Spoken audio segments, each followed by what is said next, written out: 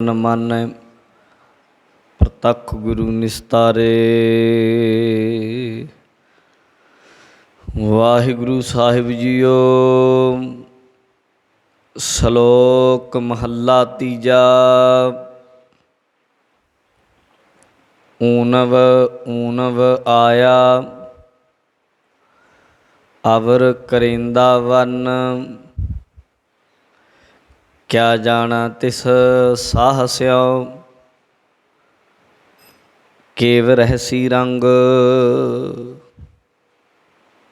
ऊनव ऊनव आया अवर करेंदा वन। क्या जाना तिस साहस्यो केव रहसी रंग। रंग रहया तिन कामणी जिन मन भौ भाओ होए। नानक भै पाए बाहरी तिन तन सुख न होए। महला तीजा। ऊनव ऊनव आया वरसै नीर निपंग। नानक दुख लागा तिन कामणी जिन कंतै स्यों मन भंग। पौड़ी दोवै तरफां उपाए इक वरत्या। वेद बाणी वरताए अंदर वाद कत्या। परविरत निर्विरत हाठा दोवै विच धर्म फिरै रह बारिया। मनमुख कच्चे कूड़ियार तिन्नी निहचो दरगह हारिया। गुरमति शब्द सूर है काम क्रोध जिन्नी मारिया। सच्चाई अंदर महल शब्द सवारिया। से भगत तुद भाव दे सच्चै नाय प्यारिया। सतगुर सेवन अपना तिन्ना विटहो हौ वारिया। से भगत तुद भाव दे सच्चै नाय प्यारिया। सतगुर सेवन अपना तिन्ना विटहो हौ वारिया। वाहिगुरु जी का खालसा वाहिगुरु जी की फतेह। बादशाह दरवेश हाकरा गंजूर दीन दुनिया दे बाली धन धन मर्द गमड़े शहनशाह पातशाह साहिब श्री गुरु गोबिंद सिंह जी महाराज। सतगुरु जी की पावन पवित्र हजूरी कलगीधर दशमेश पिता जी के महान पावन स्थान तख्त श्री केसगढ़ साहिब जी विखे अपनियां हाजरियां लवा रहे गुरु सवारे खालसा जीओ। इलाही अमृतमई पावन गुरबाणी का कीर्तन आपने सरवण किया है। इस वक्त लड़ीवार गुरबाणी की शब्द विचार सरवण करने लई आप जी गुरु चरणों विच उपस्थित होए हो सुभाईमान हो बैठे हो। अज का जो पावन शब्द असी विचारना है ये गुरु ग्रंथ साहिब जी के 1280 अंग उत्ते है। ये जिहड़े शब्द चल रहे हैं विचारन दे लई आम तौर पर जदों असी कोई विचार सुनते हैं जां कह लो कि श्री मुखवाक हुक्मनामा साहिबाना की विचार पिंडां विच आम हुंदी है उदों ये शब्द बहुत घट आउंदे। घट की आउंदे आउंदे ही नहीं क्योंकि जिहड़े हुक्मनामे साहिबान ने वो 509 तो लैके 800 850 अंग तक ज़्यादा तो ज़्यादा लए जाते हैं। इन्हां दे विचकार मध्य विच रहिंदा है। पर जो लड़ीवार गुरु ग्रंथ साहब की विचार होंदी है उदों ही ये शब्दों के दर्शन होंदे जदों एक ओंकार तो लैके लड़ीवार गुरबाणी की व्याख्या चलती जाए। क्योंकि उहदे च हरेक शब्द जिहड़ा भी शब्द आवे उस शब्द नूं ਸੁਣਨਾ ਸਮਝਣਾ, ਫਿਰ ਅੱਗੇ ਵਧਣਾ ਹੁੰਦਾ ਹੈ। ਇਸ ਤਰੀਕੇ ਗੁਰੂ ਸਾਹਿਬ ਨੇ ਬੜੀ ਕਿਰਪਾ ਕੀਤੀ ਹੈ, ਤਰਸ ਕੀਤਾ ਸਾਡੇ ਉੱਤੇ। ਹੁਣ ਜਿਹੜੀ ਬਾਣੀ ਚੱਲ ਰਹੀ ਹੈ ਇਹ 1280 ਅੰਗ 'ਤੇ ਹੈ, ਜੋ ਜਾਂ ਤਾਂ ਸਹਿਜ ਪਾਠ ਕਰਨ ਲੱਗਿਆਂ ਇਹ ਬਾਣੀ ਦੇ ਦਰਸ਼ਨ ਹੁੰਦੇ ਹਨ, ਜਾਂ ਫਿਰ ਲੜੀਵਾਰ ਵਿਚਾਰ ਵੇਲੇ ਉੱਦਾਂ ਨਹੀਂ ਹੁੰਦੇ। ਆਓ ਆਪਾਂ ਸਰਵਣ ਕਰਦੇ ਹਾਂ। ਮਲਾਰ ਰਾਗ ਦੇ ਅੰਦਰ ਮਲਾਰ ਕੀ ਵਾਰ ਚੱਲ ਰਹੀ ਹੈ, ਉਹਦੇ 4 ਪੌੜੀਆਂ ਸਮੇਤ ਸਲੋਕਾਂ ਦੀ ਵਿਚਾਰ ਹੋ ਗਈ। 5ਵੀਂ ਪੌੜੀ ਦੇ ਸਲੋਕਾਂ ਨੂੰ ਸੁਣਦੇ ਹਾਂ। ਸ਼ਲੋਕ ਮਹੱਲਾ ਤੀਜਾ। ਸ਼ਲੋਕ ਇਹ ਜੋ ਹੈ ਇਹ ਮਹੱਲਾ ਤੀਜਾ, ਤੀਜੇ ਪਾਤਸ਼ਾਹ ਸਤਿਗੁਰੂ ਸ਼੍ਰੀ ਗੁਰੂ ਅਮਰਦਾਸ ਜੀ ਮਹਾਰਾਜ ਉਹਨਾਂ ਦੀ ਅੰਮ੍ਰਿਤਮਈ ਰਸਨਾ ਤੋਂ ਇਹ ਪਾਵਨ ਇਲਾਹੀ ਬੋਲ ਉਚਾਰਨ ਹੋਏ ਹਨ। ਊਨਵ ਊਨਵ ਆਇਆ ਅਵਰ ਕਰੇਂਦਾ ਵਨ। ਊਨਵ, ਊਨਵ ਦਾ ਅਰਥ ਹੁੰਦਾ ਝੁਕਣਾ। ਊਨਵ ਊਨਵ ਆਇਆ। ਗੁਰੂ ਜੀ ਕਹਿੰਦੇ ਬੱਦਲ ਝੁਕ ਝੁਕ ਕੇ ਵਰਸ ਰਿਹਾ, ਨਿਉ ਨਿਉ ਕੇ, ਥੱਲੇ ਹੋ ਕੇ। ਜੀਵਾਂ ਦੀ ਲੋੜ ਅਨੁਸਾਰ ਮੀਂਹ ਪੈ ਰਿਹਾ। ਅਵਰ ਕਰੇਂਦਾ ਵਨ, ਜਦੋਂ ਬੱਦਲ ਵਰਸ ਜਾਂਦਾ ਹੈ ਬਸ ਫਿਰ ਵਨ ਹੁੰਦਾ ਹੈ ਰੰਗ। ਵਨ ਦਾ ਅਰਥ ਪਾਸਾ ਵੀ ਹੁੰਦਾ ਹੈ। ਮਹਾਰਾਜ ਕਹਿੰਦੇ ਪਾਖੇ ਬਦਲ ਜਾਂਦਾ ਹੈ, ਉਹ ਪਾਸਾ ਹੀ ਹੋਰ ਹੋ ਜਾਂਦਾ ਜਿੱਧਰ ਮੀਂਹ ਪੈ ਜਾਂਦਾ ਹੈ। ਦੂਜੇ ਪਾਸੇ ਖੁਸ਼ਕੀ, ਭੁੱਖਮਰੀ, ਬੰਜਰਪਣਾ, ਸੁੱਕਾਪਨ। ਔਰ ਜਿਸ ਪਾਸੇ ਮੀਂਹ ਪੈ ਜਾਏ ਉੱਧਰ ਹਰਿਆਲੀ, ਉੱਧਰ ਖੁਸ਼ੀਆਂ, ਉੱਧਰ ਲਹਿਰ ਬਹਿਰ, ਰੰਗ ਬਦਲ ਜਾਂਦਾ ਹੈ। ਇਸ ਤਰੀਕੇ ਹੁਣ ਕਹਿੰਦੇ ਨੇ ਊਨਵ ਊਨਵ ਆਇਆ। ਇਹ ਗੁਰਮੁਖ ਜਨੋ ਝੁਕ ਝੁਕ ਕੇ ਵਰਸਣ ਦਾ ਮਤਲਬ ਗੁਰੂ ਮਿਹਰਬਾਨ ਹੈ, ਤੁਹਾਡੇ ਉੱਤੇ ਬਹੁਤ ਨੇੜੇ ਹੋ ਕੇ ਕਿਰਪਾ ਕਰ ਰਿਹਾ ਹੈ। ਆਮ ਤਾਂ ਸੁਣੀਆਂ ਸੀ ਕਹਾਵਤਾਂ, ਗੱਲਾਂ ਹਜੇ ਤੱਕ ਵੀ ਚੱਲਦੀਆਂ ਨੇ। ਪਿਆਸਾ ਖੂਹ ਕੋਲ ਜਾਂਦਾ, ਸੁਣੀਆਂ ਸੀ ਨਾ ਗੱਲਾਂ। ਕਹਿੰਦੇ ਜੀ ਪਿਆਸਾ ਖੂਹ ਕੋਲ ਜਾਂਦਾ, ਖੂਹ ਥੋੜ੍ਹਾ ਪਿਆਸੇ ਕੋਲ ਆਉਂਦਾ। ਪਰ ਕਮਾਲ ਹੋ ਗਈ, ਅੱਜ ਖੂਹ 'ਤੇ ਛੋਟੀ ਜਿਹੀ ਗੱਲ ਹੈ, ਸਾਗਰ ਪਿਆਸਿਆਂ ਕੋਲ ਚਲਾ ਗਿਆ। ਜਗਤ ਗੁਰੂ ਗੁਰੂ ਨਾਨਕ ਦੇਵ ਜੀ ਮਹਾਰਾਜ ਚੜ੍ਹਿਆ ਸੋਧਣ ਧਰਤ ਲੁਕਾਈ। ਭਾਈ ਗੁਰਦਾਸ ਜੀ ਕਹਿੰਦੇ ਧਰਤੀ ਦੇ ਲੋਕਾਂ ਨੂੰ ਤਾਰਨ ਵਾਸਤੇ ਬਾਬਾ ਨਾਨਕ ਜੀ ਆਪ ਚੱਲ ਪਏ। ਉਹਨਾਂ ਦੇ ਘਰ ਘਰ ਜਾ ਕੇ, ਉਹਨਾਂ ਦੇ ਕੋਲ ਜਾ ਕੇ, ਉਹਨਾਂ ਦੇ ਘਰਾਂ 'ਚ ਜਾ ਕੇ, ਉਹਨਾਂ ਦੇ ਪਿੰਡਾਂ 'ਚ ਜਾ ਕੇ, ਉੱਥੇ ਬਹਿ ਬਹਿ ਕੇ ਉਹਨਾਂ ਦੇ ਕੋਲ ਉਹਨਾਂ ਨੂੰ ਰੱਬੀ ਇਲਾਹੀ ਗਿਆਨ ਗੁਰੂ ਪਾਤਸ਼ਾਹ ਜੀ ਬਖਸ਼ਦੇ ਰਹੇ। ਇੱਦੋਂ ਫਿਰ ਹੋਰ ਝੁਕ ਝੁਕ ਕੇ ਨਿਉ ਨਿਉ ਕੇ ਵਰਸਣ ਦਾ ਮਤਲਬ ਕੀ ਰਹਿ ਗਿਆ? ਇਸ ਤੋਂ ਪਿੱਛੇ ਕੀ ਅਰਥ ਰਹਿ ਗਏ ਕੁਛ ਹੋਰ?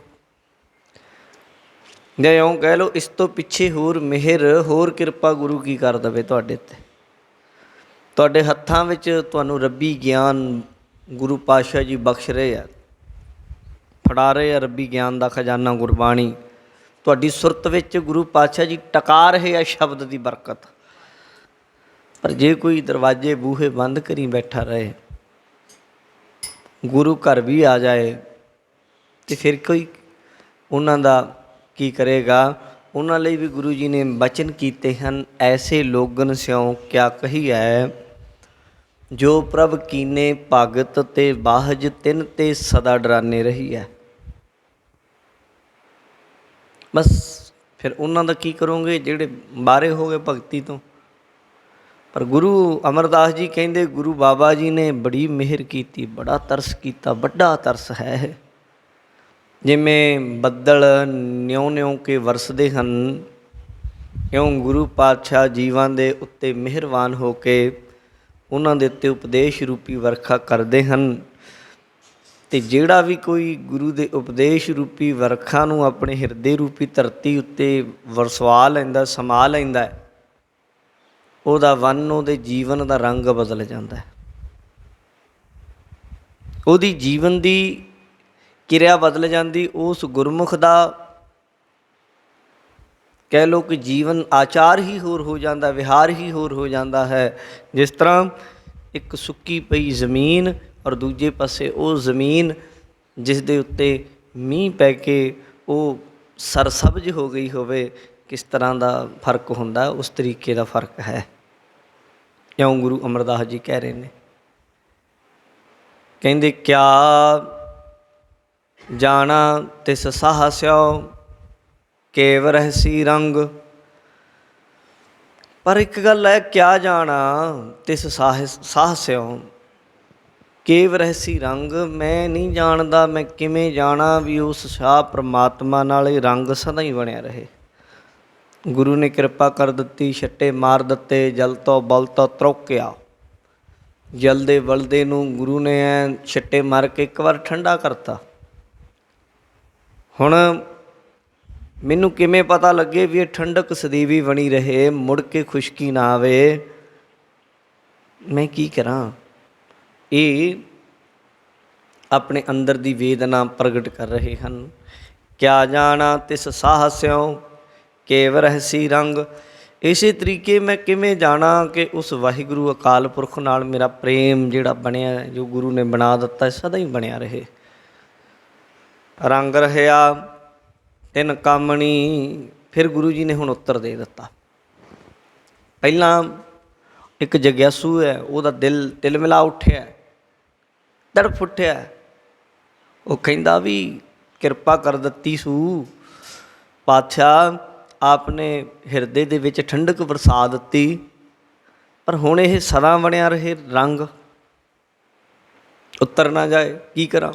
ਜਿਵੇਂ ਸ਼ਿਵਨਾਭ ਰਾਜਾ ਗੁਰੂ ਨਾਨਕ ਦੇਵ ਮਹਾਰਾਜ ਸੱਚੇ ਪਾਤਸ਼ਾਹ ਦਾ ਉਪਦੇਸ਼ ਲੈ ਕੇ ਬੜਾ ਪ੍ਰਸੰਨ ਹੋਇਆ, ਪਰ ਜਦ ਗੁਰੂ ਜੀ ਆਉਣ ਲੱਗੇ ਚਰਨਾਂ 'ਤੇ ਢਹਿ ਪਿਆ, ਡਿੱਗ ਪਿਆ, ਰੋਈ ਜਾਏ, ਨਹੀਂ ਮਹਾਰਾਜ ਤੁਸੀਂ ਜਾਓ ਨਾ ਇੱਥੋਂ, ਇੱਥੇ ਹੀ ਰਹਿ ਜਾਓ। ਮੇਰਾ ਰਾਜ ਭਾਗ ਦਰਬਾਰੀ ਸਭ ਤੁਹਾਡੇ ਹੈ, ਜੋ ਹੁਕਮ ਕਰੋਗੇ ਉਹੀ ਹੋਏਗਾ, ਕੋਈ ਇੱਕ ਵੀ ਬੰਦਾ ਤੁਹਾਡੇ ਹੁਕਮ ਤੋਂ ਬਾਹਰ ਨਹੀਂ ਜਾਏਗਾ। ਮਹਾਰਾਜ ਕਹਿੰਦੇ ਰਾਜਾ, ਅਸੀਂ ਕੋਈ ਹੁਕਮ ਕਰਨ ਥੋੜ੍ਹਾ ਹਾਂ ਵੀ ਲੋਕ ਕੋਈ ਹੁਕਮ ਮੰਨਣ ਸਾਡਾ, ਅਸੀਂ ਇਸ ਤਰ੍ਹਾਂ ਦੀ ਕੋਈ ਰਾਜ ਦੀ ਪ੍ਰਬੰਧ ਦੀ ਸਥਾਪਨਾ ਕਰ ਲਈਏ, ਇਹ ਨਹੀਂ ਸਾਡੀ ਇੱਛਾ ਹੈ। ਹੇ ਰਾਜਨ, ਅਸੀਂ ਤਾਂ ਹੋਰ ਬੜੀ ਥਾਈਂ ਜਾਣਾ ਹੈ, ਇੱਕ ਥਾਂ 'ਤੇ ਨਹੀਂ ਟਿਕਣਾ। ਅਗਰ ਆਪ ਜੀ ਚਲੇ ਜਾਓਗੇ ਮਹਾਰਾਜ, ਫਿਰ ਇਹ ਰੰਗ ਕਿਵੇਂ ਲੱਗਾ ਰਹੇਗਾ? ਜੋ ਇੱਥੇ ਮੇਰੇ ਰਾਜ ਦੇ ਵਿੱਚ ਰੋਜ਼ ਸਤਸੰਗਤ ਹੁੰਦੀ ਹੈ, ਕੀਰਤਨ ਦੀਆਂ, ਰੱਬੀ ਬਾਣੀ ਦੀਆਂ ਧੁਨੀਆਂ ਉਚਾਰਿਤ ਹੁੰਦੀਆਂ ਹਨ, ਇੱਥੋਂ ਇਲਾਹੀ ਕੀਰਤਨ ਦੇ ਬੋਲ ਸਵੇਰ ਸਾਰ ਹੁੰਦਿਆਂ ਸੁਣਦੇ ਐ, ਇਹ ਪਾਤਸ਼ਾਹ ਕਿਵੇਂ ਹੋਣਗੇ? ਇੱਥੇ ਤਾਂ ਜੀਵਨ ਬਦਲ ਗਿਆ, ਜਿਵੇਂ ਮਾਰੂਥਲ ਦੀ ਥਾਂ ਦੇ ਉੱਤੇ ਸਾਗਰ ਬਣ ਜਾਏ, ਖੁਸ਼ਕੀ ਦੀ ਥਾਂ ਹਰੇਵਾਈ ਆ ਜਾਏ, ਜੀਵਨ ਬਿਲਕੁਲ ਸੁੰਦਰ ਹੋ ਗਿਆ। ਇਹ ਫਿਰ ਕਿਵੇਂ ਹੋਏਗਾ? ਫਿਰ ਉਹੀ ਖੁਸ਼ਕੀ ਨਾ ਛਾ ਜਾਏਗੀ। ਕਿਆ ਜਾਣਾ ਤਿਸ ਸਾਹਸਿਓ ਕੇਵ ਰਹਿਸੀ ਰੰਗ। ਕਿਵੇਂ ਰੰਗ ਪਿਆਰ ਰਹੇਗਾ? ਗੁਰੂ ਜੀ ਨੇ ਜੋ ਉੱਤਰ ਦਿੱਤਾ, ਉਹ ਇੱਥੇ ਗੁਰੂ ਅਮਰਦਾਸ ਜੀ ਉਸ ਵਿਚਾਰ ਨੂੰ ਫਿਰ ਅੱਗੇ ਸਮਝਾ ਰਹੇ ਆ। ਕਹਿੰਦੇ ਰੰਗ ਰਹਿਆ ਤਿਨ ਕਾਮਣੀ, ਜਿਨ ਮਨ ਭਉ ਭਾਉ ਹੋਏ। ਗੁਰੂ ਜੀ ਕਹਿੰਦੇ ਰਹਿ ਜਾਂਦਾ, ਰੰਗ ਰਹਿ ਜਾਂਦਾ, ਕਿਉਂ ਨਹੀਂ ਰਹਿੰਦਾ? ਪਰ ਉਹਨਾਂ ਨੂੰ ਰਹਿੰਦਾ ਜਿਨ੍ਹਾਂ ਦੇ ਅੰਦਰ ਪ੍ਰੇਮ ਅਤੇ ਰੱਬੀ ਡਰ ਹੋਵੇ। ਉਹਨਾਂ ਨੂੰ ਇਹ ਹੋਵੇ ਵੀ ਅੱਗੇ ਜਾਣਾ ਹੈ, ਲੇਖਾ ਦੇਣਾ, ਹਰ ਇੱਕ ਚੀਜ਼ ਲੇਖੇ ਵਿੱਚ ਹੈ, ਜੋ ਕੁਛ ਵੀ ਹੈ ਲੇਖੇ ਵਿੱਚ ਹੈ, ਅਤੇ ਲੇਖਾ ਦੇਣਾ ਵੀਰਾ ਤਾਓ ਪੜਿਆ, ਤੈਨੂੰ ਦੇਣਾ ਪੈਣਾ। ਇਹ ਡਰ ਹੋਵੇ ਅਤੇ ਫਿਰ ਅੰਦਰ ਪ੍ਰੇਮ ਵੀ ਹੋਵੇ ਪਰਮਾਤਮਾ ਦੇ ਨਾਲ। ਮਹਾਰਾਜ ਕਹਿੰਦੇ ਜੇਕਰ ਇਹ ਦੋਵੇਂ ਚੀਜ਼ਾਂ ਬਣੀਆਂ ਰਹਿਣ, ਭਾਓ ਅਤੇ ਭਾਓ, ਫਿਰ ਕਹਿੰਦੇ ਪ੍ਰੇਮ ਨਹੀਂ ਸੁੱਕਦਾ, ਫਿਰ ਪ੍ਰੇਮ ਬਣਿਆ ਹੀ ਰਹਿੰਦਾ ਹਿਰਦੇ ਵਿੱਚ। ਇਹ ਦੋ ਚੀਜ਼ਾਂ ਬੜੀਆਂ ਕਮਾਲ ਦੀਆਂ ਮਹਾਰਾਜ ਗੁਰੂ ਅਮਰਦਾਸ ਜੀ ਮਹਾਰਾਜ ਜੀ ਦੱਸ ਰਹੇ ਹੈ। ਕਹਿੰਦੇ ਰੱਬੀ ਡਰ। ਹੁਣ ਤੇ ਕੀ ਇਸ ਤਰ੍ਹਾਂ ਦੀਆਂ ਗੱਲਾਂ ਅਸੀਂ ਕਰ ਰਹੇ ਹਾਂ? ਇਹ ਤਾਂ ਜੀ ਗੁਰੂ ਜੀ ਨੇ ਜਿਹੜੀ ਗੱਲ ਕੀਤੀ, ਕਈ ਥਾਈਂ ਵੀ ਨਰਕਾਂ ਦੇ ਵਿੱਚ ਜਾਣਾ, ਕਈ ਥਾਈਂ ਆਉਂਦਾ ਵੀ ਮਾਰ ਪਏਗੀ, ਕਈ ਥਾਈਂ ਆਉਂਦਾ ਹੈ, ਕਈ ਵਾਰ ਗੁਰੂ ਗ੍ਰੰਥ ਸਾਹਿਬ ਵਿੱਚ ਆਉਂਦਾ ਹੈ ਕਿ ਤੇਰੇ ਹੱਥ ਕੰਬਣਗੇ, ਤਨ ਕੰਬੇਗਾ, ਤੇਰਾ ਰੰਗ 12 'ਚ ਵੀ ਆਉਂਦਾ ਹੈ, ਸਿਆਹ ਹੋਆ ਸੇਤ ਹੱਥ ਮਰੋੜਾ ਤਨ ਕੱਪੇ, ਜਿਤ ਵੇਲਾ ਦੇਹ ਬਿਨਸ ਸੀ ਤਿਤ ਵੇਲਾ ਕਹਿਸਨ ਪ੍ਰੇਤ। ਆਸਾ ਕੀ ਵਾਰ ਵਿੱਚ ਵੀ ਆਉਂਦਾ ਹੈ, ਆਪੀ ਨੇ ਭੋਗ ਭੋਗ ਕੇ ਹੋਏ ਪਸਮੜ ਭੌਰ ਸਿਧਾਇਆ, ਵੱਡਾ ਹੋਆ ਦੁਨੀਦਾਰ ਗਲ ਸੰਗਲ ਕੱਤ ਚਲਾਇਆ, ਅੱਗੇ ਕਰਨੀ ਕੀਰਤ ਵਾਚੀਆ ਵਹਿ ਲੇਖਾ ਕਰ ਸਮਝਾਇਆ। ਇਸ ਤਰ੍ਹਾਂ ਬਹੁਤ, ਅਗਰ ਇਸ ਪੱਖ ਦੀ ਗੱਲ ਕਰਨ ਲੱਗ ਜਾਈਏ ਤਾਂ ਬਹੁਤ ਗੁਰਬਾਣੀ ਵਿੱਚ ਇਸ ਤਰ੍ਹਾਂ ਦੇ ਭਾਵ, ਭਗਤਾਂ ਦੀ ਬਾਣੀ ਵਿੱਚ, ਬਾਬਾ ਫਰੀਦ ਦੀ, ਬਾਬਾ ਰਵਿਦਾਸ ਜੀ, ਬਾਬਾ ਕਬੀਰ ਜੀ ਦੀ ਬਾਣੀ ਵਿੱਚ ਇਹ ਸਾਰੀਆਂ ਆਉਣਗੀਆਂ ਵਿਚਾਰਾਂ। ਫਿਰ ਇਸ ਤਰ੍ਹਾਂ ਆਖ ਦਿੱਤਾ ਜਾਂਦਾ ਜੀ, ਇਹ ਤਾਂ ਜੀ ਬਸ ਲੋਕਾਂ ਨੂੰ ਡਰ ਦੇਣ ਵਾਸਤੇ ਉੱਦਾਂ ਸੀ। ਬਈ ਜੇ ਗੁਰੂ ਨੇ ਡਰ ਦੇ ਦਿੱਤਾ ਤਾਂ ਤੁਸੀਂ ਕੌਣ ਹੋ ਗੁਰੂ ਦਾ ਡਰ ਚੁੱਕਣ ਵਾਲੇ?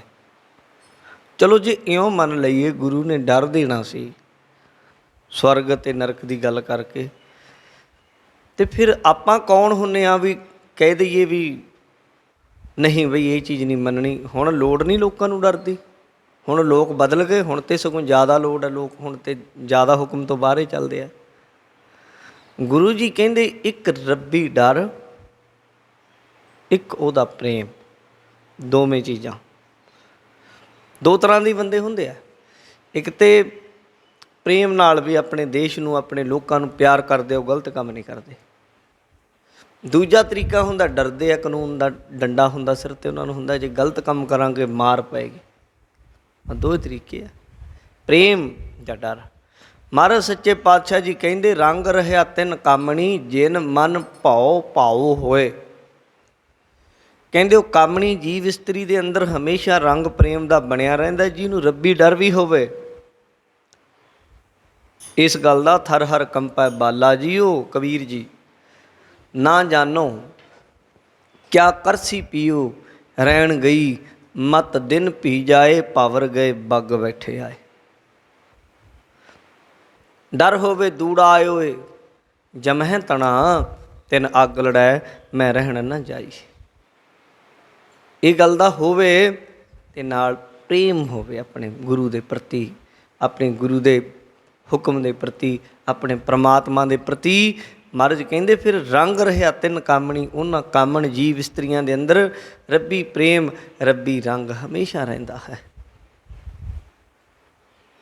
ਜਿਨ ਮਨ ਭਾਉ ਭਾਉ ਹੋਏ, ਦੋਵੇਂ ਸ਼ਬਦ ਇਕੱਠੇ ਹੀ ਆ, ਡਰ ਅਤੇ ਪ੍ਰੇਮ।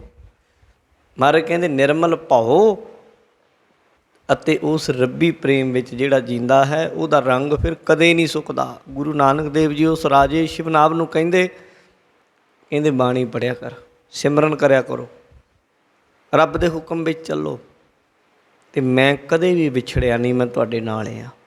ਜਿਹੜਾ ਇਨਸਾਨ ਗੁਰਬਾਣੀ ਪੜ੍ਹੇਗਾ, ਸਿਮਰਨ ਕਰੇਗਾ, ਜੀਵਨ ਨੂੰ ਸਾਧੇਗਾ, ਗੁਰੂ ਨਾਨਕ ਦੇਵ ਜੀ ਕਹਿੰਦੇ ਮੈਂ ਉਹਨੂੰ ਕਦੇ ਵੀ ਛੱਡ ਕੇ ਨਹੀਂ ਜਾਂਦਾ। ਇਹ ਬਚਨ ਹੈ, ਦਸ਼ਮੇਸ਼ ਪਿਤਾ ਜੀ ਦਾ ਵੀ ਬਚਨ ਹੈ। ਨਾਨਕ ਭੈ ਭਾਏ ਬਾਹਰੀ, ਤੈਨ ਤਨ ਸੁਖ ਨਾ ਹੋਏ। ਨਾਲ ਮੋਹਰ ਲਾ ਦਿੱਤੀ ਗੁਰੂ ਨਾਨਕ ਦੇਵ ਮਹਾਰਾਜ ਨੇ। ਗੁਰੂ ਨਾਨਕ ਦੇਵ ਮਹਾਰਾਜ ਦਾ ਨਾਂ ਲੈ ਕੇ ਗੁਰੂ ਅਮਰਦਾਸ ਜੀ ਨੇ ਕਹਿੰਦੇ ਨਾਨਕ ਭੈ ਭਾਏ ਬਾਹਰੀ, ਜਿਹਨੂੰ ਡਰ ਨਹੀਂ ਅਤੇ ਜਿਹਨੂੰ ਪ੍ਰੇਮ ਨਹੀਂ ਪਰਮਾਤਮਾ ਦਾ, ਜਿਹਨੂੰ ਡਰ ਨਹੀਂ ਗੁਰੂ ਦਾ। ਅਤੇ ਮਹਾਰਾਜ ਕਹਿੰਦੇ ਤਿੰਨ ਤਨ ਸੁਖ ਨਾ ਹੋਏ, ਉਹਨਾਂ ਨੂੰ ਸੁਖ ਨਹੀਂ ਹੋ ਸਕਦਾ ਜੋ ਮਰਜ਼ੀ ਕਰੀ ਜਾਣ।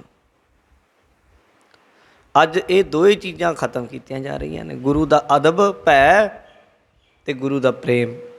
ਅੱਜ ਕੀ ਕੀਤਾ ਜਾ ਰਿਹਾ? ਅੱਜ ਖੁਸ਼ਕ ਗਿਆਨ ਦਿੱਤਾ ਜਾ ਰਿਹਾ ਬੇਵਜ੍ਹਾ ਦਾ, ਜਿਹਦੀ ਸਾਨੂੰ ਲੋੜ ਹੀ ਨਹੀਂ ਕਿਤੇ, ਬਿਲਕੁਲ ਹੀ ਨਹੀਂ। ਵਿਗਿਆਨ ਹੋਏ, ਵਿਗਿਆਨ ਹੋਏ, ਵਿਗਿਆਨ ਹੋਏ, ਇਹਨਾਂ ਨੂੰ ਇਹੀ ਨਹੀਂ ਪਤਾ ਅਧਿਆਤਮਿਕ ਗਿਆਨ ਅਤੇ ਬਾਹਰੀ ਵਿਗਿਆਨ ਦਾ ਕੀ ਫਰਕ ਹੈ। ਮੈਂ ਤੁਹਾਨੂੰ ਇੱਕ ਛੋਟਾ ਜਿਹਾ ਪੁਆਇੰਟ ਦੱਸ ਦੇਵਾਂ, ਸ਼ਾਇਦ ਸਮਝ ਆ ਜਾਏ। ਵੈਸੇ ਅੱਜ ਚੈਨਲ ਸਾਡਾ ਚੱਲ ਨਹੀਂ ਰਿਹਾ, ਬਾਅਦ ਦੇ ਵਿੱਚ ਲਾਵਾਂਗੇ। ਬਹੁਤ ਸਾਰੀ ਸੰਗਤ ਸੁਣਦੀ ਹੁੰਦੀ ਦੂਰ ਦੁਰਾਡੇ ਤੋਂ, ਫਿਰ ਉਹ ਨੋਟ ਕਰਦੀ ਰਹਿੰਦੀ ਹੈ। ਕਈਆਂ ਨੇ ਤਾਂ ਕਿਤਾਬਾਂ ਲਿਖ ਦਿੱਤੀਆਂ, ਐਸੇ ਗੁਰਮੁਖ ਵੀ ਹੈ, ਉਹ ਸੁਣਦਿਆਂ ਸੁਣਦਿਆਂ ਉਹਨਾਂ ਨੇ ਪੁਆਇੰਟ ਨੋਟ ਕਰ ਕਰ ਕਿਤਾਬਾਂ ਲਿਖ ਦਿੱਤੀਆਂ। ਇਹ ਗੁਰਮੁਖ ਪਿਆਰੇ ਉੱਥੇ ਬਠਿੰਡੇ ਤੋਂ, ਉਹਨਾਂ ਇੱਕ ਬਹੁਤ ਚੀਜ਼ਾਂ ਨੂੰ ਸੁਣ ਸੁਣ ਕੇ ਕਿਤਾਬ ਇੱਕ ਐਡੀ ਵੱਡੀ ਲਿਖੀ, ਮੈਨੂੰ ਦਿਖਾਈ। ਕਹਿੰਦੇ ਜੀ ਰੋਜ਼ ਗੁਰਬਾਣੀ ਨੂੰ ਸੁਣਦੇ ਹਾਂ ਅਤੇ ਕਿਤਾਬਾਂ ਲਿਖਦੇ ਹਾਂ, ਰੋਜ਼ ਨਿੱਤ ਨਵਾਂ ਗਿਆਨ। ਕਦੇ ਇੱਥੋਂ ਸੁਣ ਲਈ, ਕਦੇ ਦਰਬਾਰ ਸਾਹਿਬ ਤੋਂ ਸੁਣ ਲਈ, ਕਦੇ ਬੰਗਲਾ ਸਾਹਿਬ ਤੋਂ ਸੁਣ ਲਈ, ਕਦੇ ਗੁਰਮੁਖਾਂ ਤੋਂ। ਇਸ ਤਰੀਕੇ ਜਦੋਂ ਅਸੀਂ ਸੁਣਾਂਗੇ ਤਾਂ ਸਾਨੂੰ ਬਹੁਤ ਸਾਰਾ ਲੱਭੇਗਾ। ਹੁਣ ਮਹਾਰਾਜ ਜੀ ਕੀ ਕਹਿ ਰਹੇ ਆ, ਗੁਰੂ ਅਮਰਦਾਸ ਜੀ ਕਹਿੰਦੇ ਨੇ, ਨਾਨਕ ਭੈ ਪਾਏ ਬਾਹਰੀ ਤਿਨ ਤਨ ਸੁਖ ਨਾ ਹੋਏ। ਜਿਹੜਾ ਭੈ ਅਤੇ ਭਾਏ ਪ੍ਰੇਮ ਤੋਂ ਬਾਹਰ ਹੈ, ਉਹਨਾਂ ਨੂੰ ਸੁੱਖ ਨਹੀਂ ਹੋ ਸਕਦਾ।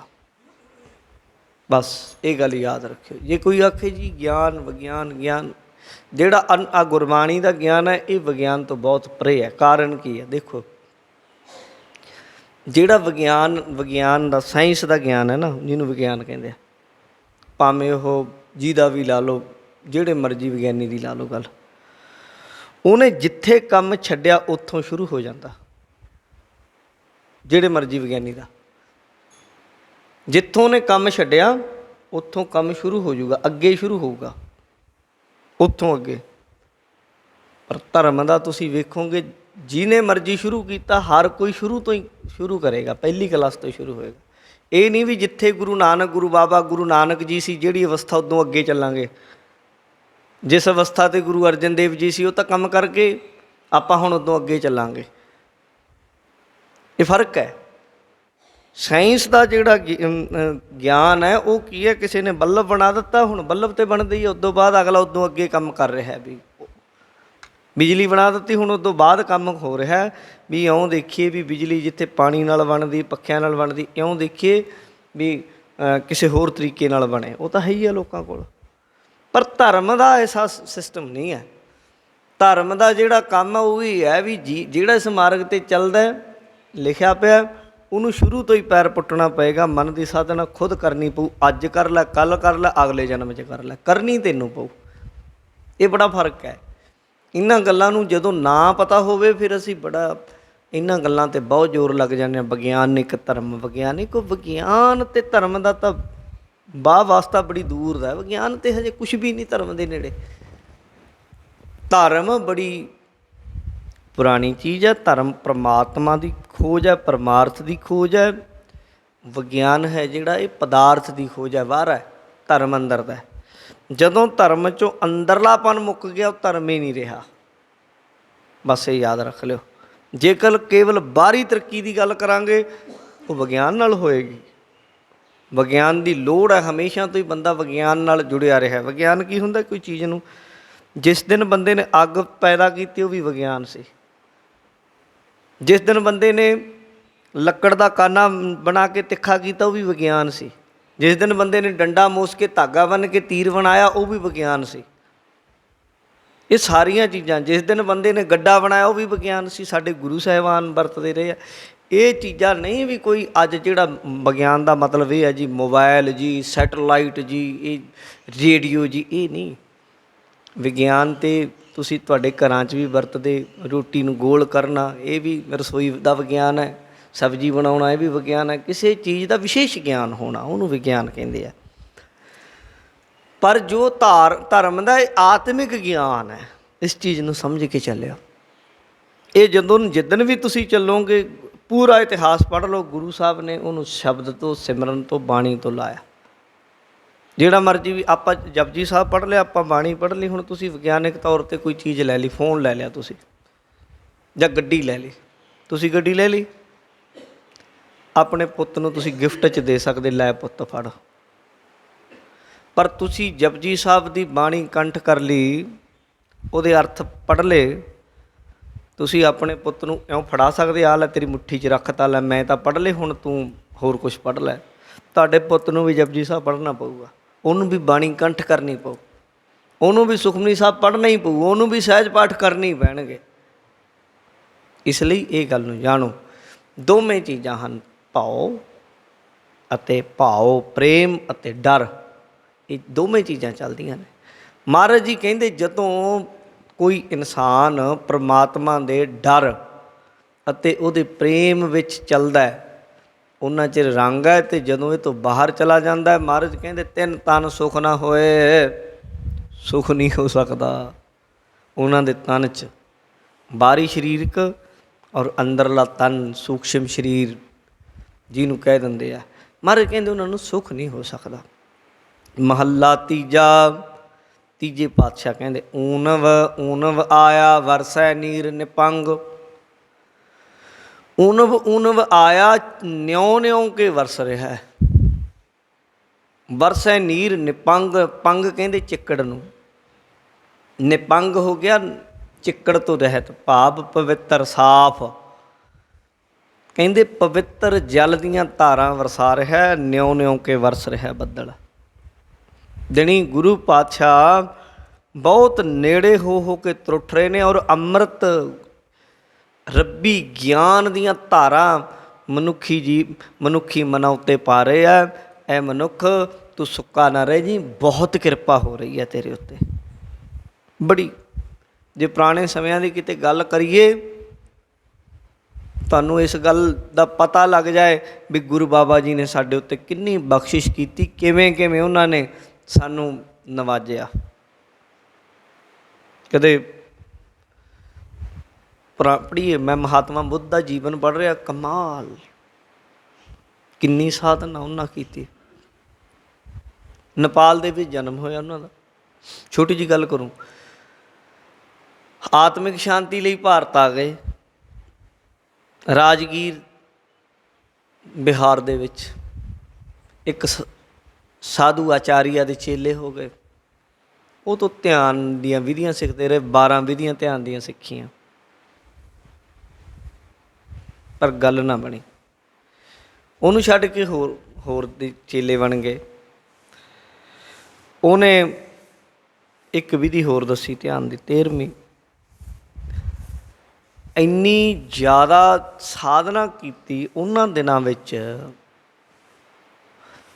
ਤੁਸੀਂ ਮੰਨ ਨਹੀਂ ਸਕਦੇ ਕਿ ਕੀ ਕੁਝ ਹੋਇਆ। ਇੱਕ ਦਿਨ ਵਿੱਚ ਸਿਰਫ ਇੱਕ ਦਾਣਾ ਚੌਲ ਦਾ, ਕਿੰਨਾ ਔਖਾ ਕੰਮ ਹੈ। ਇੱਕ ਦਾਣਾ ਚੌਲ ਦਾ ਖਾ ਕੇ ਗੁਜ਼ਾਰਾ ਕਰਦੇ ਸੀ। ਸਰੀਰ ਇੱਦਾਂ ਸੀ, ਪਤਾ ਨਹੀਂ ਲੱਗਦਾ ਸੀ ਲੱਕ ਕਿਹੜਾ ਹੈ, ਛਾਤੀ ਕਿਹੜੀ ਹੈ, ਇਉਂ ਬਿਲਕੁਲ ਸੁੱਕ ਕੇ ਕੰਕਰ ਹੋ ਗਏ ਸੀ। ਅਤੇ ਇੱਕ ਛੋਟੀ ਜਿਹੀ ਨਦੀ ਤਾਂ ਉਹਦਾ ਨਾਮ ਹੈ, ਉੱਦਾਂ ਕਦੇ ਭਰ ਕੇ ਪਾਣੀ ਨਹੀਂ ਆਇਆ, ਜਿਵੇਂ ਖਾਲਾਂ 'ਚ ਪਾਣੀ ਚੱਲਦਾ ਹੁੰਦਾ। ਨਿਰੰਜਨਾ ਨਦੀ ਕਹਿੰਦੇ ਉਹਨੂੰ, ਮੈਂ ਦੇਖੀ ਆ ਉਹ। ਨਿਰੰਜਨਾ ਦੇ ਵਿੱਚ ਬੜੇ ਅਤੇ ਨਿਰੰਜਨਾ ਹੀ ਵਹਾ ਕੇ ਲੈ ਗਈ, ਕਿਤੇ ਹੱਥ ਘਾਹ ਨੂੰ ਪਿਆ, ਕਿਤੇ ਬਚਾ ਹੋਇਆ ਮਸਾਂ। ਇੰਨੀ ਗਹਿਰੀ ਸਾਧਨਾ ਕੀਤੀ, ਡਿੱਗ ਕੇ ਬਿਲਕੁਲ ਕਹਿ ਲਓ ਕਿ ਮਰਨ ਵਾਲੇ ਹੋ ਗਏ। ਉੱਥੇ ਭਲਾ ਹੋਵੇ ਇੱਕ ਇਸਤਰੀ ਦਾ, ਇੱਕ ਲੜਕੀ ਦਾ, ਉਹ ਕਿਤੇ ਖੀਰ ਬਣਾ ਕੇ ਲਿਆਈ, ਡਿੱਗੇ ਪਏ ਇਸ ਬੁੱਧ ਨੂੰ, ਹਜੇ ਬੁੱਧ ਵੀ ਨਹੀਂ ਸੀ ਬਣਿਆ, ਸਿਧਾਰਥ ਨੂੰ ਉਹਨੇ ਖੀਰ ਖਵਾਈ, ਇਹਦੇ ਬੁੱਲ੍ਹਾਂ 'ਤੇ ਪਹਿਲਾਂ ਫੇਰੀ, ਮਰੇ ਜਾਣਾ ਸੀ ਇਹਨੇ। ਫਿਰ ਥੋੜ੍ਹੇ ਟਾਈਮ ਬਾਅਦ ਉਹਦੇ ਬੁੱਲ੍ਹ ਹਿੱਲੇ, ਉਹਨੇ ਫਿਰ ਇੱਕ ਚਮਚ ਪਾਇਆ, ਫਿਰ ਉਹਨੂੰ ਅੱਧੀ ਕਟੋਰੀ ਖੀਰ ਦੀ ਖਵਾਈ ਉਹਨੇ। ਉਸ ਤੋਂ ਬਾਅਦ ਕਿਤੇ ਉਹ ਬ੍ਰਿਕਸ਼ ਦੇ ਹੇਠਾਂ ਬੈਠਾ ਰਿਹਾ ਹਫ਼ਤਾ ਭਰ ਧਿਆਨ ਵਿੱਚ। ਫਿਰ ਉਹਨਾਂ ਨੇ ਜੋ ਗਿਆਨ ਹੋਇਆ ਉਹਨੂੰ ਬੋਧ ਗਿਆਨ ਕਹਿ ਦਿੰਦੇ ਆ। ਉਹਦੇ ਵਿੱਚ ਵੀ ਦੋ ਮਤ ਚੱਲਦੇ ਆ। ਕੁਝ ਕਹਿੰਦੇ ਉਹ ਆਤਮਾ ਤੋਂ ਇਨਕਾਰੀ ਹੋ ਗਏ ਵੀ ਕੋਈ ਪਰਮਾਤਮਾ ਨਹੀਂ ਹੁੰਦਾ। ਕੁਝ ਕੀ ਮੰਨਦੇ ਆ ਵੀ ਉਹਨਾਂ ਨੂੰ ਇੱਕ ਆਤਮਿਕ ਗਿਆਨ ਪ੍ਰਾਪਤ ਹੋ ਗਿਆ। ਚਲੋ ਜੋ ਵੀ ਹੋਇਆ, ਉਹਨਾਂ ਨੂੰ ਜਿਹੜਾ ਗਿਆਨ ਹੋਇਆ, ਕਿੰਨੀ ਸਾਧਨਾ ਲੋਕਾਂ ਕੀਤੀ। ਕਿਤੇ ਪੜ੍ਹੀਏ ਪੁਰਾਣੇ ਸਮੇਂ ਦੇ ਬੰਦਿਆਂ ਨੂੰ, ਮਹਾਂਵੀਰ ਵਰਗੇ ਮਹਾਤਮਾ, ਕਿੰਨੀ ਸਾਧਨਾ ਉਹਨਾਂ ਨੇ ਕੀਤੀ। ਰਾਜੇ ਰਜਵਾੜਿਆਂ ਦੇ ਪੁੱਤਰ ਸੀ, ਘਰ ਛੱਡ ਕੇ ਤੁਰ ਪਏ, ਨੰਗੇ ਪੈਰੀਂ ਤੁਰਨਾ, ਕੱਪੜੇ ਵੀ ਹਵਾਵਾਂ ਵਿੱਚ ਮਿਲ ਗਏ, ਨਿਰਵਸਤਰ ਹੋ ਕੇ ਤੁਰ ਪਏ, ਕੱਪੜਾ ਵੀ ਇੱਕ ਤਨ ਨੂੰ ਨਾ ਜੁੜਿਆ, ਪੈਰਾਂ 'ਚ ਜੋੜਾ ਵੀ ਨਾ ਜੁੜਿਆ। ਕੀ ਕੁਛ ਕੀਤਾ ਉਹਨਾਂ ਨੇ। ਸਾਡੇ ਉੱਤੇ ਤਾਂ ਤਰਸ ਹੈ ਗੁਰੂ ਬਾਬਾ ਜੀ ਦਾ। ਸਾਡੇ ਤੋਂ ਸਾਨੂੰ ਕੁਛ ਨਹੀਂ ਆਖਿਆ ਮਹਾਰਾਜ ਨੇ, ਨਾ ਕੁਝ ਸਾਨੂੰ ਛਡਾਇਆ, ਨਾ ਕੁਝ ਇਕੱਠਾ ਕਰਨ ਨੂੰ ਆਖਿਆ। ਤੂੰ ਜਿਸ ਸਥਿਤੀ 'ਚ ਹੈ, ਜ਼ਰੂਰੀ ਨਹੀਂ ਤੇਰੇ ਕੋਲ ਇੱਕ ਵੱਡਾ ਮਹਿਲ ਹੋਣਾ ਚਾਹੀਦਾ, ਤੂੰ ਜਹਾਂਗੀਰ ਹੋਣਾ ਚਾਹੀਦਾ, ਤੂੰ ਸ਼ਾਹਜਹਾਂ ਹੋਣਾ ਚਾਹੀਦਾ? ਬਿਲਕੁਲ ਨਹੀਂ। ਜਾਂ ਤੂੰ ਫਟੀਚਰ ਇੱਕ ਫਕੀਰ ਹੋਣਾ ਚਾਹੀਦਾ, ਕੁੱਲੀ ਵਾਲਾ, ਜੋ ਕੁਝ ਹੈ ਤੇਰੇ ਕੋਲ ਵੰਡ ਦੇ ਵੀ ਮਤਲਬ ਨਹੀਂ। ਤੇਰੇ ਕੋਲ ਹੈ ਜਾਂ ਨਹੀਂ ਹੈ, ਇਹ ਸਭ ਕੁਝ ਦੇ ਵਿੱਚ ਹੈ ਜਾਂ ਨਹੀਂ ਹੈ। ਗਰੀਬੀ ਅਮੀਰੀ, ਕਈ ਲੋਕ ਕਹਿਣਗੇ ਗੁਰੂ ਨਾਨਕ ਯਾਰ ਗਰੀਬਾਂ ਦਾ। ਮੈਂ ਕਿਹਾ ਵੀ ਗਲਤ ਗੱਲ ਹੈ। ਕੀ ਗੱਲ ਗੁਰੂ ਨਾਨਕ ਨੇ ਅਮੀਰਾਂ ਨੂੰ ਧੱਕੇ ਮਾਰੇ ਸੀ? ਨਾ ਨਾ, ਕੋਈ ਅਮੀਰ ਹੋਵੇ ਕੋਈ ਗਰੀਬ, ਗੁਰੂ ਨਾਨਕ ਨੂੰ ਤੇਰੇ ਧਨ ਨਾਲ ਲੈਣਾ ਹੀ ਕੁਛ ਨਹੀਂ ਬਈ। ਤੂੰ ਇੱਕ ਗਰੀਬ ਹੋ ਕੇ ਵੀ ਹੋ ਸਕਦਾ ਮਾਣ ਕਰੀ ਬੈਠਾ ਹੋਵੇਂ, ਇੱਕ ਸੂਈ ਦਾ ਹੀ ਮਾਣ ਹੋਵੇ ਤੈਨੂੰ। ਇੱਕ ਅਮੀਰ ਹੈ ਲੱਖਾਂ ਹੋ ਕੇ, ਰਾਜਾ ਜਨਕ ਦਾ ਨਾਮ ਗੁਰੂ ਗ੍ਰੰਥ ਸਾਹਿਬ 'ਚ ਆਉਂਦਾ, ਰਾਜਾ ਸੀ ਪਰ ਮਾਣ ਨਹੀਂ ਸੀ। ਹੋ ਸਕਦਾ ਤੂੰ ਅਮੀਰ ਹੋ ਕੇ ਮਨ ਹੀ ਹੰਕਾਰੀ ਹੋ ਜਾਏ, ਗਰੀਬ ਨੂੰ ਉਹ ਸੂਈ ਵੀ ਤਿਆਗੀ ਬਣਾ ਦੇਵੇ। ਇਸ ਲਈ ਇਹ ਬਾਹਰੀ ਚੀਜ਼ਾਂ ਅਧਿਆਤਮ ਦੇ ਮਾਰਗ 'ਚ ਰੋੜਾ ਨਹੀਂ ਬਣਦੀਆਂ। ਗੁਰੂ ਸਾਹਿਬ ਨੇ ਇਹ ਸਮਝਾਇਆ, ਜਦੋਂ ਵੀ ਰੋੜਾ ਬਣਦਾ ਤੁਹਾਡੇ ਅੰਦਰ ਦਾ ਮਾਨ ਹੈ। ਮਾਨ ਮੁਨੀ ਮੁਨਵਰ ਗਲੇ, ਮਾਨ ਸਭੈ ਕੋ ਖਾਏ। ਗੁਰੂ ਸਾਹਿਬ ਨੇ ਉਹ ਅੰਦਰ ਦੀ ਗੱਲ ਕੀਤੀ, ਉਹ ਤੇ ਅੰਦਰ ਤੇ ਚੋਟ ਕੀਤਾ ਵੀ ਜਿਹੜਾ ਤੇਰੇ ਅੰਦਰ ਹਉਮੈ ਖੜੀ ਆ ਉਹਨੂੰ ਤੋੜ। ਉਹ ਲਾਲੋ ਦੇ ਘਰ ਜਾ ਕੇ ਵੀ ਕੀਤੀ, ਉਹ ਸ਼ੇਖ ਸੱਜਣ ਦੇ ਘਰ ਜਾ ਕੇ ਵੀ ਕੀਤੀ, ਉਹ ਕੌਡੇ ਦੇ ਘਰ ਵੀ ਜਾ ਕੇ ਕੀਤੀ, ਉਹ ਕੋਈ ਮੀਆਂ ਮਿੱਠਾ ਵਰਗਾ ਕੋਈ ਬੰਦਾ ਚਲਾ ਗਿਆ ਉਹਨੂੰ ਵੀ ਜਾ ਕੇ ਉਪਦੇਸ਼ ਦਿੱਤਾ। ਗੁਰੂ ਪਾਤਸ਼ਾਹ ਨੇ ਇੰਨੀ ਕਿਰਪਾ ਕੀਤੀ, ਘਰ ਘਰ ਜਾ ਉਪਦੇਸ਼ ਦਿੱਤਾ। ਭਾਈ ਗੁਰਦਾਸ ਜੀ ਨੂੰ ਕਹਿਣਾ ਪੈ ਗਿਆ, ਘਰ ਘਰ ਅੰਦਰ ਧਰਮਸਾਲ, ਹੋਵੇ ਕੀਰਤਨ ਸਦਾ ਵਿਸੋਆ। ਇਸ ਲਈ ਊਨਵ ਆਇਆ ਹੈ, ਨਿਉ ਨਿਉ ਕੇ ਬੱਦਲ ਵਰਸ ਰਿਹਾ। ਜੇ ਹੁਣ ਵੀ ਕੋਈ ਖਾਲੀ ਰਹਿ ਜਾਏ, ਹੁਣ ਵੀ ਕੋਈ ਭਿੱਜਣੋਂ ਰਹਿ ਜਾਏ, ਹੁਣ ਵੀ ਕੋਈ ਸੁੱਕਾ ਰਹਿ ਜਾਏ, ਫਿਰ ਬਈ ਗੁਰੂ ਨੂੰ ਦੋਸ਼ ਨਾ ਦਿਓ। ਫਿਰ ਨਾ ਆਖਿਓ ਕਿ ਮੌਕਾ ਨਹੀਂ ਲੱਗਿਆ। ਇੱਦੋਂ ਸੌਖਾ ਹੋਰ ਕੀ ਹੈ? ਤੁਹਾਡੀ ਭਾਸ਼ਾ 'ਚ ਕਿੱਥੇ ਦੇ ਬ੍ਰਾਹਮਣ ਨੇੜੇ ਨਹੀਂ ਸੀ ਲੱਗਣ ਦਿੰਦੇ ਵੇਦਾਂ ਦੇ ਸ਼ਾਸਤਰਾਂ ਦੇ। ਉਹ ਕਹਿੰਦੇ ਸੀ ਇਹ ਦੈਵੀ ਵਿੱਦਿਆ ਹੈ, ਇਹ ਸਿਰਫ ਬ੍ਰਾਹਮਣ ਦਾ ਹੱਕ ਹੈ। ਗੁਰੂ ਪਾਤਸ਼ਾਹ ਜੀ ਨੇ ਉਹ ਸਭ ਹੱਕ ਬ੍ਰਾਹਮਣਾਂ ਦੇ ਜਿਹੜੇ ਰਾਖਵੇਂ ਸੀ ਸਭ ਤੋੜ ਕੇ ਗੁਰੂ ਸਾਹਿਬ ਨੇ ਧੁਰ ਕੀ ਬਾਣੀ ਆਈ ਤਿਨ ਸਗਲੀ ਚਿੰਤ ਮਿਟਾਈ। ਸਾਰੇ ਲੋਕਾਂ ਦੀ ਸਾਰੀ ਉਹ ਚਿੰਤਾ ਮੇਟ ਦਿੱਤੀ। ਜਿਹੜਾ ਮਰਜ਼ੀ ਇਸ ਬਾਣੀ ਦੇ ਨੇੜੇ ਲੱਗਦਾ ਹੈ, ਜਿਹੜਾ ਵੀ ਇਸ ਖਜ਼ਾਨੇ ਦੇ ਕੋਲ ਲੱਗਦਾ ਹੈ, ਉਹ ਇਸ ਖਜ਼ਾਨੇ ਤੋਂ ਆਨੰਦ ਲੈ ਸਕਦਾ, ਲਾਹਾ ਲੈ ਸਕਦਾ ਹੈ। ਇਸ ਤੋਂ ਵੱਧ ਕੇ ਹੋਰ ਅਸੀਂ ਚਾਹੁੰਦੇ ਕੀ ਹਾਂ? ਗੁਰੂ ਜੀ ਕਹਿੰਦੇ ਊਨਵ ਆਇਆ ਵਰਸੈ ਨੀਰ ਨਿਪੰਗ, ਸ਼ੁੱਧ ਪਾਣੀ ਜਿਵੇਂ ਨਿਰਮਲ ਜਲ ਦੀਆਂ ਧਾਰਾਂ ਵਹਿੰਦੀਆਂ ਨੇ। ਗੁਰੂ ਜੀ ਕਹਿੰਦੇ ਇਉਂ ਨਿਰਮਲ ਉਪਦੇਸ਼, ਬਿਲਕੁਲ ਬ੍ਰਹਮ ਗਿਆਨ ਦਾ ਉਪਦੇਸ਼, ਜਿਹਦੇ ਵਿੱਚ ਕੋਈ ਕਿਸੇ ਤਰ੍ਹਾਂ ਦਾ ਵਲ ਛਲ ਨਹੀਂ, ਕਿਸੇ ਤਰ੍ਹਾਂ ਦੀ ਨੀਤੀ ਨਹੀਂ, ਕਿਸੇ ਤਰ੍ਹਾਂ ਦਾ ਕੋਈ ਇਹ ਵੀ ਨਹੀਂ ਵੀ ਅਧਿਕਾਰੀ ਹੈ ਕਿ ਨਹੀਂ ਹੈ ਨਾ, ਬਹਿ ਰਿਹਾ ਬਸ। ਚਲਦੀ ਹੈ ਨਦੀ, ਜਿਹੜਾ ਮਰਜ਼ੀ ਭਰ ਪੀ ਲਓ, ਜਲ ਪੀਓ ਬਸ, ਜਾਗੋ। ਇਸ ਲਈ ਮਹਾਰਾਜ ਜੀ ਕਹਿੰਦੇ ਹਨ, ਨਾਨਕ ਦੁੱਖ ਲਾਗਾ ਤਿਨ ਕਾਮਣੀ, ਜਿਨ ਕੰਤੈ ਸਿਉ ਮਨ ਭੰਗ। ਕਹਿੰਦੇ ਉਹਨਾਂ ਕਾਮਣੀਆਂ ਨੂੰ, ਉਹਨਾਂ ਇਸਤਰੀਆਂ ਨੂੰ ਦੁੱਖ ਲੱਗੇਗਾ ਜਿਨ੍ਹਾਂ ਦਾ ਆਪਣੇ ਪਤੀ ਨਾਲੋਂ ਮਨ ਟੁੱਟਿਆ ਹੋਇਆ, ਜਿਨ੍ਹਾਂ ਦਾ ਪਤੀ ਦਾ ਵੀ ਮਨ ਉਹਨਾਂ ਤੋਂ ਉਚਾਟ ਹੋ ਗਿਆ। ਇਸੇ ਤਰੀਕੇ ਨਾਨਕ ਦੁੱਖ ਲਾਗਾ ਤਿੰਨ ਕਾਮਣੀ, ਉਹਨਾਂ ਜੀਵ ਇਸਤਰੀਆਂ ਨੂੰ ਦੁੱਖ ਲੱਗੇਗਾ ਇਸ ਜੀਵਨ ਦੇ ਵਿੱਚ।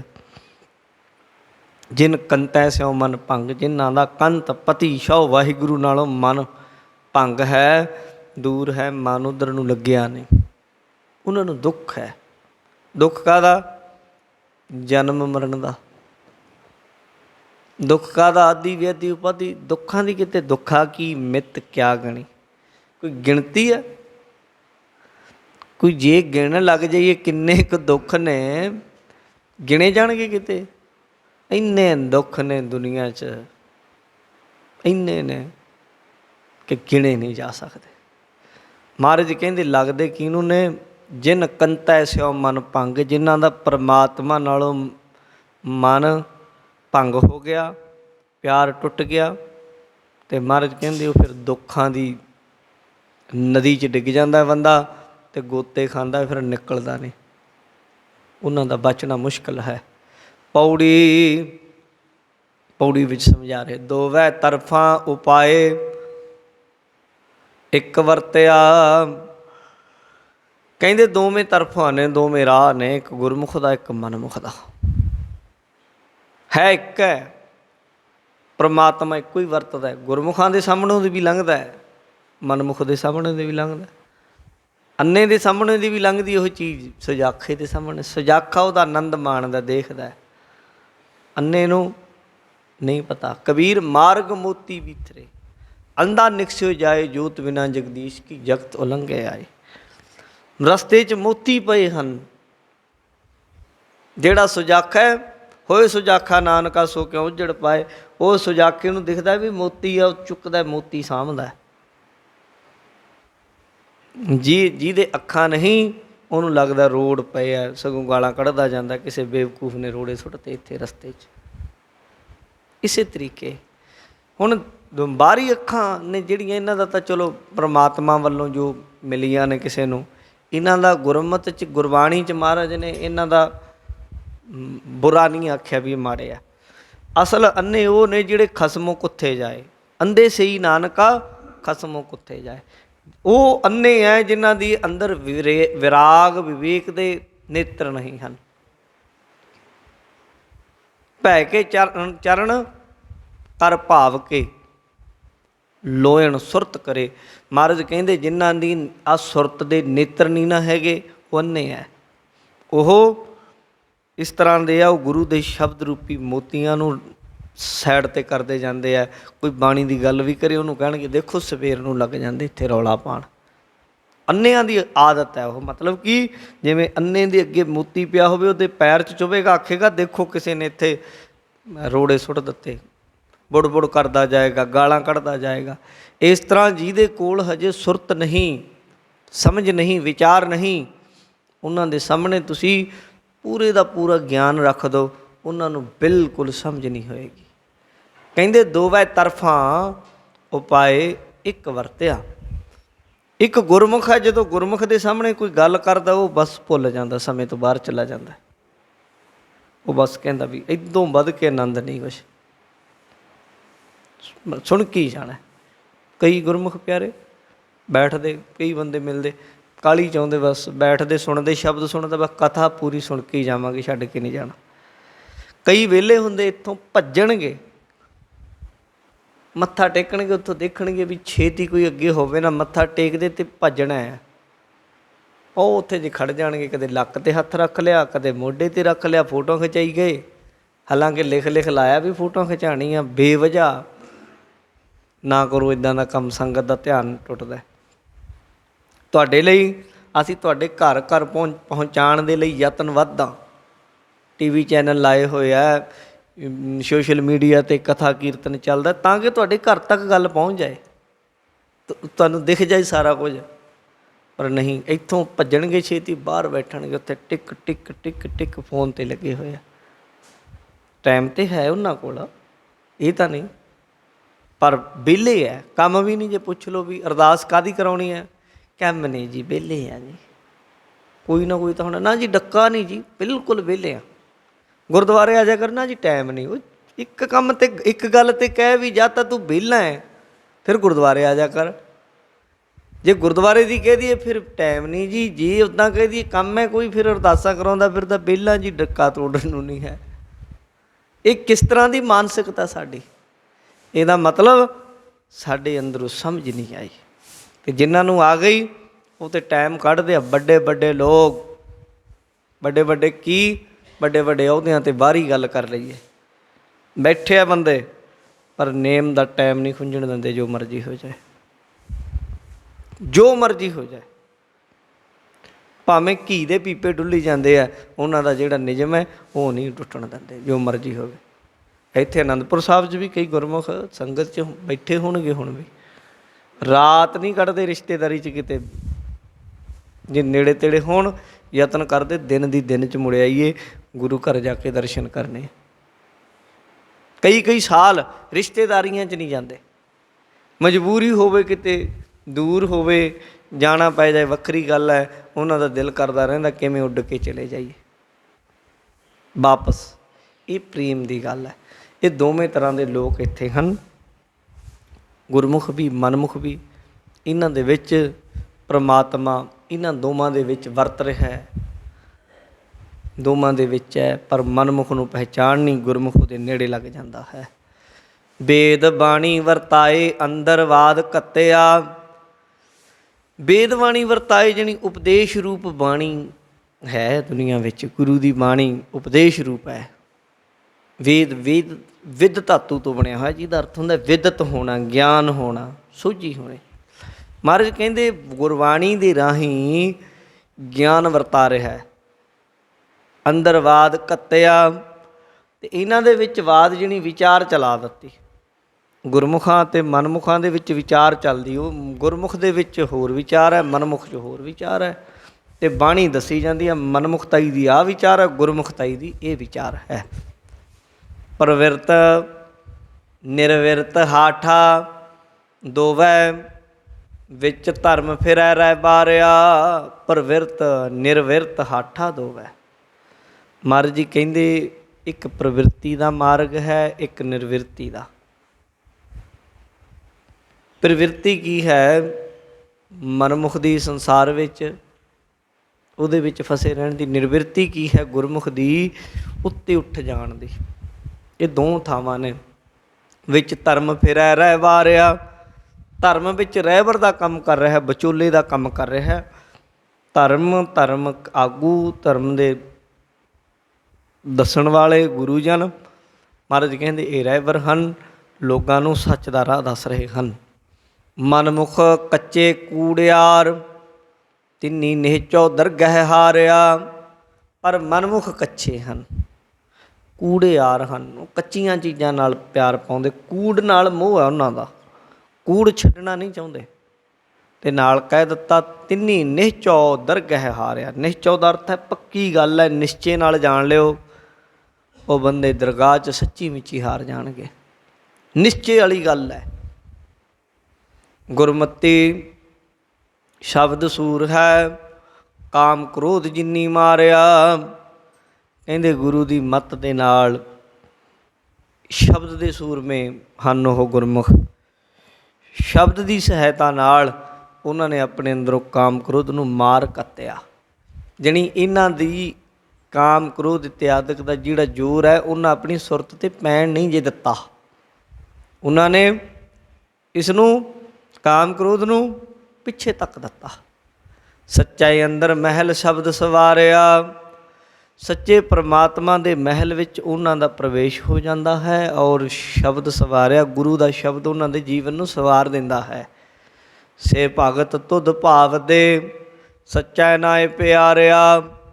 कहंदे उही भगत हे वाहिगुरू तैनूं पाउंदे हन जिहड़े सच्चे नाम नूं प्यार करदे आ। भगती तां बथेरे तरह के लोग करदे। भगती ते एक नौकर अपने मालिक की भी भगती वफादारी करदा है। पर महाराज कहंदे से भगत तुध भावंदे, उही भगत तैनूं पाउंदे हन। किहड़े जी? सच्चा नाम प्यार है, जिहड़े सच्चे नाम नूं प्यार करदे। लटकी जाओ पुट्ठे, तपाई जाओ धूइयां, खड़े रहो पानी 'च जल धारे करी जाओ। पर महाराज कहंदे जिहड़े सच्चे नाम नाल जुड़े वो उहनूं प्यारे लगदे हन। सतगुर सेवन अपना तिन्ना विटहो हौ वारिया। आखिरी पंक्ति च कह रहे जिहड़े अपने सतगुरु नूं सेवदे हन उन्हां तो मैं हमेशा वार नहीं जाना हाँ, बलिहारे जाना हाँ। उन्हां दे लोग सुखीए परलोक सुहेले हो जाते हैं। ये गुरु पातशाह जी ने शब्द अंदर बख्शिश की।